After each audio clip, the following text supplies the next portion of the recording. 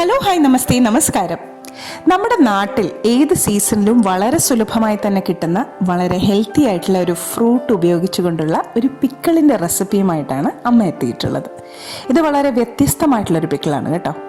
ഓമയ്ക്ക അല്ലെങ്കിൽ പപ്പായ ഉപയോഗിച്ചിട്ടുള്ള ഒരു റെസിപ്പി. ഓമയ്ക്കാണ് ഇതിലെ താരമെങ്കിലും ഇതൊരു പോപ്പുലറായ ബംഗാളി റെസിപ്പിയാണ് കേട്ടോ. അവരുടെ എല്ലാ വെഡ്ഡിങ് ഫംഗ്ഷൻസിലും ഒഴിച്ചുകൂടാൻ പറ്റാത്ത ഒരു ഐറ്റമാണിത്. പ്രത്യേകിച്ച് മഴക്കാലമായാൽ നമ്മുടെ മാമ്പഴവും പൈനാപ്പിളും ഒന്നും കിട്ടാതെ വരുമ്പോൾ അവർ സ്വീറ്റ് പിക്കിളിനായി ആശ്രയിക്കുന്ന ഒന്നാണ് പപ്പായ. പേര് പോലെ ഇതിൽ പ്ലാസ്റ്റിക് ഒന്നുമില്ല കേട്ടോ. ഒരു മെൽറ്റഡ് പ്ലാസ്റ്റിക്കിൻ്റെ ലുക്ക് ഉള്ളത് കൊണ്ട് തന്നെ അതിനൊരു പ്ലാസ്റ്റിക് പിക്കിൾ എന്ന വിളിപ്പേര് വന്നിട്ടുണ്ട്. എന്തായാലും ചാനൽ ഒന്ന് സബ്സ്ക്രൈബ് ചെയ്യാൻ മറക്കരുത് ആരും. കൂടുതൽ നമ്മുടെ സൈഡിൽ കാണുന്ന ബെല്ലൈക്കൺ കൂടി ക്ലിക്ക് ചെയ്യാൻ മറക്കരുത്. FB പേജും ഇൻസ്റ്റാഗ്രാമും എല്ലാവരും ഫോളോ ചെയ്യുന്നു എന്ന് ഞാൻ കരുതുന്നു. ചെയ്യുന്നില്ലെങ്കിൽ ഇപ്പോൾ തന്നെ പോയി നമ്മുടെ പേജസ് എല്ലാം ഒന്ന് ഫോളോ ചെയ്യുക. അപ്പോൾ അമ്മയുടെ കൗതുകമുണർത്തുന്ന പ്ലാസ്റ്റിക് ഇല്ലാത്ത പ്ലാസ്റ്റിക് ചട്നിയിലേക്ക് നമുക്ക് കിടക്കാം. ഇതിനായിട്ട് ഒരു മീഡിയം സൈസിലുള്ള ഒരു ഓമയ്ക്കയാണ് ഞാൻ എടുത്തിട്ടുള്ളത്. ഓമയ്ക്ക എടുക്കുമ്പം ശ്രദ്ധിക്കേണ്ട കാര്യം, ഒട്ടും കളറൊന്നും മാറാത്ത നല്ല വെളുത്ത കളറിലുള്ള ഓമയ്ക്ക വേണം നോക്കിയെടുക്കാനായിട്ട്. അതായത് നമ്മൾ പഴുപ്പൊക്കെ തുടങ്ങിക്കഴിഞ്ഞ് കഴിഞ്ഞാൽ അതിനൊരു ചെറിയൊരു കളർ വ്യത്യാസം കാണുമല്ലോ, ഒരു മഞ്ഞ ഓറഞ്ചൊക്കെ കളർ കാണും. അപ്പോൾ അങ്ങനെ വന്നു കഴിഞ്ഞാൽ നമുക്ക് ആ ചട്നിക്ക് ആ ഒരു കറക്റ്റായിട്ടുള്ള ഒരു പ്ലാസ്റ്റിക് ലുക്ക് നമുക്ക് കിട്ടത്തില്ല. അപ്പം നമ്മൾ ഉദ്ദേശിക്കുന്ന ആ ഒരു ടെക്സ്ചറും കളറും ഒക്കെ കിട്ടണമെന്നുണ്ടെങ്കിൽ ഇതുപോലെ നല്ല വെള്ള കളറിലുള്ള ഓമയ്ക്ക നോക്കി വേണം എടുക്കാനായിട്ട്. തൊലിയൊക്കെ കളഞ്ഞ് അതിൻ്റെ ഉള്ളിലെ കുരുവൊക്കെ നന്നായിട്ട് മാറ്റി കഴുകി വൃത്തിയാക്കി എടുത്തിട്ടുള്ളതാണ്. ഇതിപ്പം തൂക്കം പറഞ്ഞാൽ ഒരു 500 ഗ്രാം ഉണ്ട് കേട്ടോ. ഇതിന് തിന്നായിട്ട് വട്ടത്തിൽ വേണമെങ്കിൽ അരിഞ്ഞെടുക്കാം, വളരെ തിന്നായിട്ട് റിങ് പോലെ അരിഞ്ഞെടുക്കാം. അതാകുമ്പോൾ കുക്കായി കഴിയുമ്പം നല്ല റിബൺ പോലെ നമുക്ക് കിട്ടും. അതല്ലെങ്കിൽ നമ്മുടെ ഗ്രേറ്ററിൻ്റെ ആ വലിയ ഹോളിൽ കൂടി ഒന്ന് ഗ്രേറ്റ് ചെയ്ത് ചെറിയ ചെറിയ പീസസ് ആക്കി നമുക്ക് ഗ്രേറ്റ് ചെയ്തെടുക്കാം. ഞാനിപ്പോൾ ഇത് ചെറിയ ചെറിയ കഷ്ണങ്ങളാക്കിയാണ് എടുക്കുന്നത്.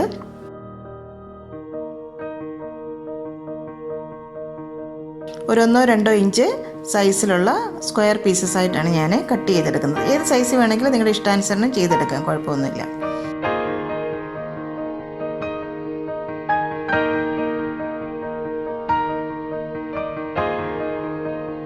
ഇതിപ്പോൾ ഒരു ബൈറ്റ് സൈസിലാണ് ഞാൻ കട്ട് ചെയ്തെടുക്കുന്നത്.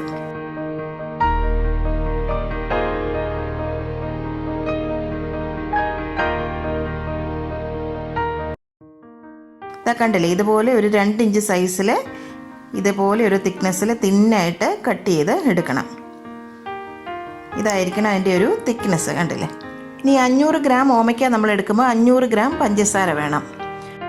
ഒരു 10 കാഷ്നട്ട് ഞാനിതിപ്പോൾ നീളത്തിലങ്ങ് ചോപ്പ് ചെയ്തെടുത്തിട്ടുണ്ട്. മുഴുവനായിട്ട് വേണമെങ്കിൽ അങ്ങനെ ഇടാം കേട്ടോ. ഇതാകുമ്പം കുറച്ചും കൂടി ചെറുതായിട്ട് കഴിക്കാൻ കിട്ടുമല്ലോ. ഒരു 1/4 ടീസ്പൂൺ ഉപ്പ് എടുത്തിട്ടുണ്ട്. ഒരു 2 നാരങ്ങയുടെ നീര്. ഇത്രയുമാണ് നമുക്ക് ഇൻഗ്രീഡിയൻസ് ആവശ്യമായിട്ടുള്ളത്. 3 ഇൻഗ്രീഡിയൻസേ നമുക്ക് ആവശ്യമുള്ളൂ. പെട്ടെന്ന് തന്നെ ഇനി നമുക്ക് ഈ ഒരു ചട്നി തയ്യാറാക്കിയെടുക്കാം. ഒരു പാനിലേക്ക് ഈ 500 ഗ്രാം പഞ്ചസാര നമുക്ക് ചേർത്ത് കൊടുക്കാം. നല്ല വെളുത്ത കളറുള്ള പഞ്ചസാര തന്നെ നോക്കിയെടുക്കണം, ഒട്ടും അഴുക്കൊന്നും ഇല്ലാത്ത ടൈപ്പ് നോക്കി. ഒരു 700 ml വെള്ളം കൂടി നമുക്കിതിലേക്ക് ചേർത്ത് കൊടുക്കാം.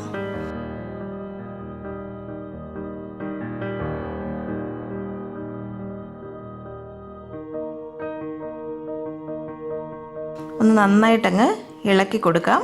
ഇനി ഇതെല്ലാം കൂടി ഒന്ന് തിളച്ച് വരട്ടെ. ഇപ്പോൾ ഷുഗർ സിറപ്പൊക്കെ നന്നായിട്ട് തിളച്ച് വരുന്നുണ്ട്. പഞ്ചസാരയിൽ അധികം അഴുക്കൊക്കെ ഉണ്ടെങ്കിൽ അതിലോട്ട് 1 ടേബിൾ സ്പൂൺ പാലും കൂടി ഒന്ന് ചേർത്ത് കൊടുത്തു കഴിഞ്ഞാൽ അതിലെ അഴുക്കൊക്കെ നന്നായിട്ട് പുറത്തേക്ക് പൊങ്ങി വരും. അപ്പോൾ നമുക്ക് സ്പൂൺ കൊണ്ട് അതങ്ങ് മാറ്റിയെടുക്കാം. അധികം അഴുക്കുള്ള പഞ്ചസാരയൊക്കെ ആകുമ്പോൾ ആ ഒരു ട്രാൻസ്പെറൻറ്റ് ലുക്ക് അല്ലെങ്കിൽ ആ ഒരു പ്ലാസ്റ്റിക് ലുക്ക് നമുക്ക് ചട്നിക്ക് കിട്ടത്തില്ല. അതുകൊണ്ടാണ് കേട്ടോ. ഇതിപ്പോൾ ഒട്ടും ക്ലൗഡി അല്ല, നല്ല ക്ലിയർ ആയിട്ടുള്ള ഒരു ഷുഗർ സിറപ്പാണ്. അതുകൊണ്ട് ഞാൻ പാലൊന്നും ചേർക്കുന്നില്ല. ഇനി അതിലോട്ട് ഒരു 1/4 ടീസ്പൂൺ ഉപ്പും കൂടി ചേർത്ത് കൊടുക്കാം.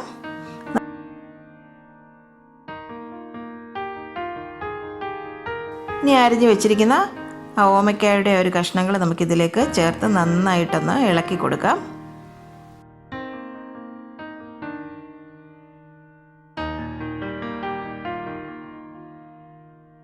ഇനി നന്നായി ഒന്ന് തിളച്ച് വരട്ടെ. ഓമയ്ക്കായുടെ കഷ്ണങ്ങളൊക്കെ നന്നായിട്ട് വെന്ത് വരണം ആ ഷുഗർ സിറപ്പിൽ കിടന്നിട്ട്. ഇനി അതല്ലെങ്കിൽ ഓമയ്ക്കയുടെ കഷ്ണങ്ങൾ ആദ്യം വെള്ളത്തിൽ വേവിച്ചെടുത്തിട്ട് അത് അരിച്ചെടുത്തതിന് ശേഷം ഇതുപോലെ സിറപ്പിലിട്ട് കൊടുക്കാം. പക്ഷേ അപ്പം നമുക്ക് ഇതുപോലെ ആ ഒരു കഷ്ണങ്ങൾ കടിക്കാൻ കിട്ടത്തില്ല. അപ്പോൾ ഇങ്ങനെ ചെയ്യുമ്പോഴാണ് നമുക്ക് ആ ഒരു ഓമയ്ക്കയുടെ കഷ്ണങ്ങളൊക്കെ അതിനകത്ത് നല്ലൊരു ബൈറ്റ് സൈസിൽ കിട്ടുന്നത്. അപ്പോൾ ഇതാണ് നല്ലൊരു മെത്തേഡ് കേട്ടോ. ഇതിനി നമുക്കൊന്ന് അടച്ച് വെച്ചിട്ട് ഒരു 15 മിനിറ്റ് ഒരു ലോ ഫ്ലെയിമിൽ വെച്ചിട്ട് നമുക്ക് ഈ കഷ്ണങ്ങളൊന്ന് വേവിച്ചെടുക്കാം. ഇപ്പോൾ ഒരു 15 മിനിറ്റ് കഴിഞ്ഞിട്ടുണ്ട്. നമുക്കൊന്ന് തുറന്ന് നോക്കാം. കഷ്ണങ്ങളൊക്കെ നന്നായി വെന്ത് വന്നിട്ടുണ്ട്. നല്ലൊരു ട്രാൻസ്ലൂസൻ്റ് ആയിട്ടുണ്ട്, കണ്ടില്ലേ? എങ്കിലും ആ സിറപ്പൊക്കെ ഒന്നും കൂടി ഒന്ന് വറ്റി വരണം, ഒന്നും കൂടി ഒന്ന് കുറുകി വരണം. ഒരു 10 കാഷ്നട്ട് ഇതുപോലെ നീളത്തിൽ ചോപ്പ് ചെയ്തെടുത്താണ്, അതും കൂടി ചേർത്ത് കൊടുക്കാം. കുറച്ച് ഗ്രേവിയോട് കൂടി വേണം ഇത് നമുക്ക് ഫ്ലെയിം ഓഫ് ചെയ്യുമ്പോൾ ഇരിക്കാനായിട്ട്. കാരണം ഇരുന്ന് കഴിഞ്ഞ് ഇത് കുറച്ചും കൂടി കുറുകി വരും. പിക്കിളെന്ന് പറയുമ്പോൾ ആ കഷ്ണങ്ങളും അതിനകത്ത് കുറച്ച് ഷുഗർ സിറപ്പും കൂടെ കിടക്കണം, ആ ഒരു പരുവമായിരിക്കണം.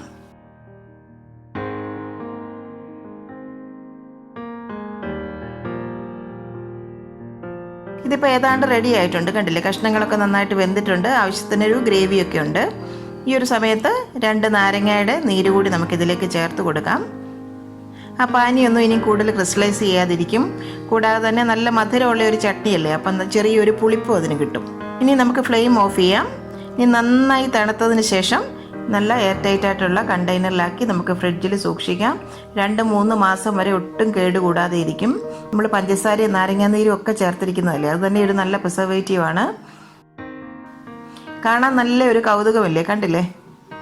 നല്ല ഭംഗിയില്ലേ കാണാൻ? ഇത് ഈ ബംഗാളി വെഡ്ഡിങ് ഫംഗ്ഷൻസിലൊക്കെ ഒരു മസ്റ്റായിട്ടുള്ള ഒരു ഐറ്റമാണ്. അവർക്ക് കൂടുതലും മാങ്ങ കൊണ്ടുള്ള അച്ചാറുകളാണ് ഇതുപോലെ തന്നെ അവർ തയ്യാറാക്കുന്നത്, മാങ്ങയെ പൈനാപ്പിളൊക്കെ ഉപയോഗിച്ച്. പക്ഷേ മാങ്ങയെന്നും പൈനാപ്പിൾ എന്നൊക്കെ പറയുമ്പോൾ എല്ലാ സീസണിലും ഒന്നും അവൈലബിൾ അല്ലല്ലോ. പക്ഷേ ഓമയ്ക്ക എന്ന് പറയുമ്പോൾ എല്ലാ സീസണിലും അവൈലബിൾ ആയിട്ടുള്ള ഒരു ഫ്രൂട്ടാണല്ലോ, അതുകൊണ്ട് ഏത് സമയത്തും ഇത് തയ്യാറാക്കാം. ഈ ഒരു ഓമയ്ക്കയുടെ ആ സ്ലൈസസിനൊക്കെ കിട്ടുന്ന ആ ഒരു ഗ്ലോസി ലുക്കും ഉണ്ടല്ലോ, അതുകൊണ്ടാണ് ഇതിന് പ്ലാസ്റ്റിക് ചട്നി എന്ന് ശരിക്കും പേര് വന്നിരിക്കുന്നത്. കേരളത്തിലൊക്കെ നമുക്ക് വേണമെങ്കിൽ ഇതിനെ ചട്നി എന്നോ അതല്ല ജാമെന്ന് വേണമെങ്കിലൊക്കെ വിളിക്കാം. അതായത് നമുക്ക് ബ്രെഡിൽ വേണമെങ്കിൽ ഒരു സ്പ്രെഡായിട്ട് നമുക്കിത് ഉപയോഗിക്കാം. ബിരിയാണിയുടെ കൂടെ നല്ല കോമ്പിനേഷനാണ്, പുലാവിൻ്റെ കൂടെ നല്ലതാണ്. കൂടാതെ നാന്, പിന്നെ സ്പൈസി ആയിട്ടുള്ള കറികളൊക്കെ ഉണ്ടെങ്കിൽ അതിൻ്റെ കൂടെ ഉപയോഗിക്കാം. ഇനി നമ്മുടെ കേരളത്തിലെ കാര്യം പറഞ്ഞു കഴിഞ്ഞാൽ ശരിക്കും പറഞ്ഞാൽ നല്ല ഒരു സ്പൈസി ആയിട്ടുള്ള മീൻ കറിയൊക്കെ കൂട്ടി നല്ല ഒരു മീലൊക്കെ കഴിച്ചതിന് ശേഷം ഈ ഒരു സ്വീറ്റായിട്ടുള്ള ഒരു പിക്കിളും നല്ലൊരു കോമ്പിനേഷനായിരിക്കും. അപ്പോൾ ഇത് പെട്ടെന്ന് തന്നെ നമുക്ക് തയ്യാറാക്കിയെടുക്കാം. പിന്നെ മധുരം കുറച്ച് കൂടുതലുണ്ട്.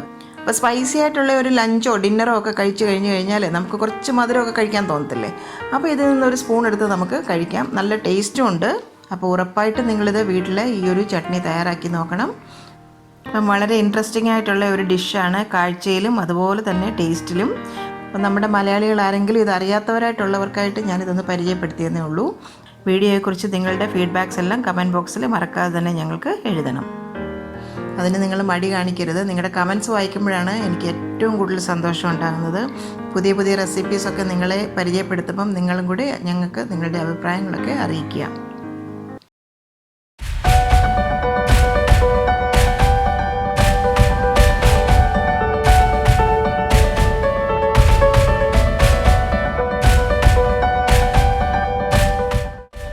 കറി വിത്ത് അമ്മയിലെ അമ്മയുടെ ഇന്നത്തെ ഈ റെസിപ്പി നിങ്ങൾക്ക് ഇഷ്ടമായെന്ന് ഞങ്ങൾ പ്രതീക്ഷിക്കുന്നു.